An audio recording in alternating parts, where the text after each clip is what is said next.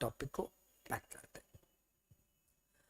Recap इसका ऐसे है, रिकैप करते समय आप ऐसे सोचो कि आप अपने दोस्त को पढ़ा दो।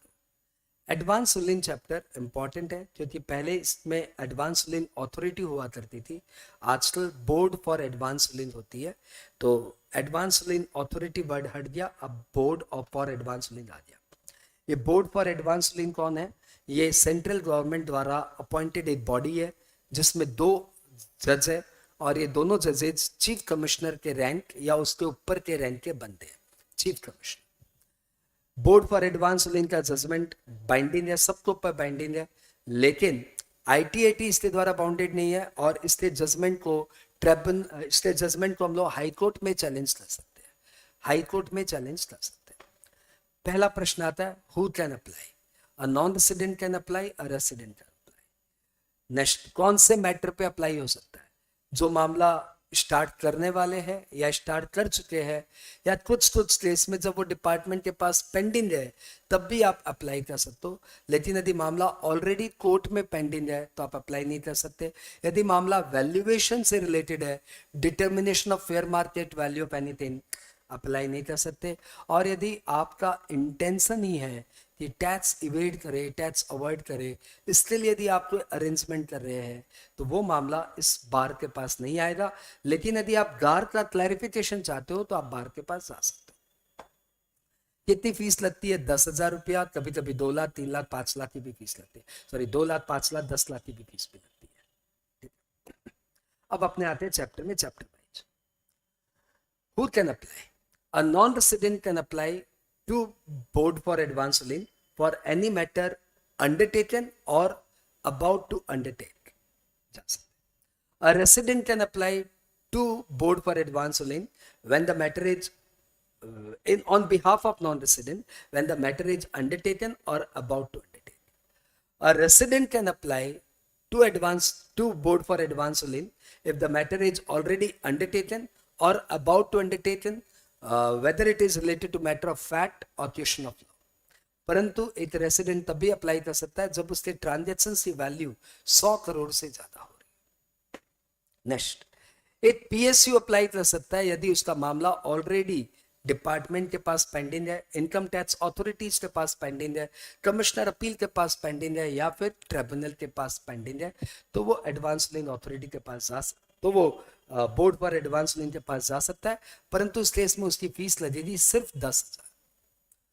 कोई भी नॉन रेसिडेंट या नॉन रेसिडेंट कोई ट्रांजेक्शन्स में एंटर करने जा रहा है और उसको डाउट है, उसको ये क्लैरिफिकेशन चाहिए कि मेरा अरेंजमेंट कहीं इम्परमिसिबल अवॉइडेंस अरेंजमेंट तो नहीं है under general anti avoidance rule, तो वो 10,000 रुपए की मामूली सी फीस देते बार के पास जा सकता है। बात ही केसेस में यदि बार के पास जाना है तो आपको कम से कम 2 लाख की फीस लेके जानी पड़ेगी यदि आपका वैल्यू ऑफ ट्रांजैक्शन 100 करोड़ के अंदर है। यदि आपका वैल्यू ऑफ ट्रांजैक्शन 100 से 300 करोड़ के अंदर है तो आपको 5 लाख की फीस लेके जानी पड़ेगी। यदि आपका वैल्यू ऑफ ट्रांजैक्शन 300 करोड़ से ऊपर है तो आपको 10 लाख की फीस लेके जानी पड़ेगी।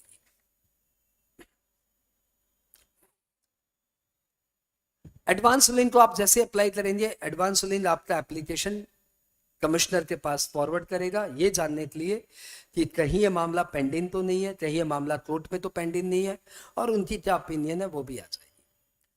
एप्लीकेशन रिजेक्ट हो जाएगा यदि आपका मामला ऑलरेडी किसी कोर्ट में पेंडिंग है। एप्लीकेशन आपका रिजेक्ट हो जाएगा यदि आपका मामला इनकम टैक्स के डिपार्टमेंट के पास भी पेंडिंग है, लेकिन ये प्रोविजन पीएसयू पे अप्लाई नहीं होता। आपका एप्लीकेशन रिजेक्ट हो जाएगा यदि वह मामला फेयर मार्केट वैल्यू से रिलेटेड है तो, और यदि आपका main purpose of advance ruling किसी टैक्स अवॉइडेंस लिए है तो फिर मामला रिजेक्ट हो जाएगा। लेकिन गार के केस में ये प्रोविजन एप्लीकेबल नहीं है।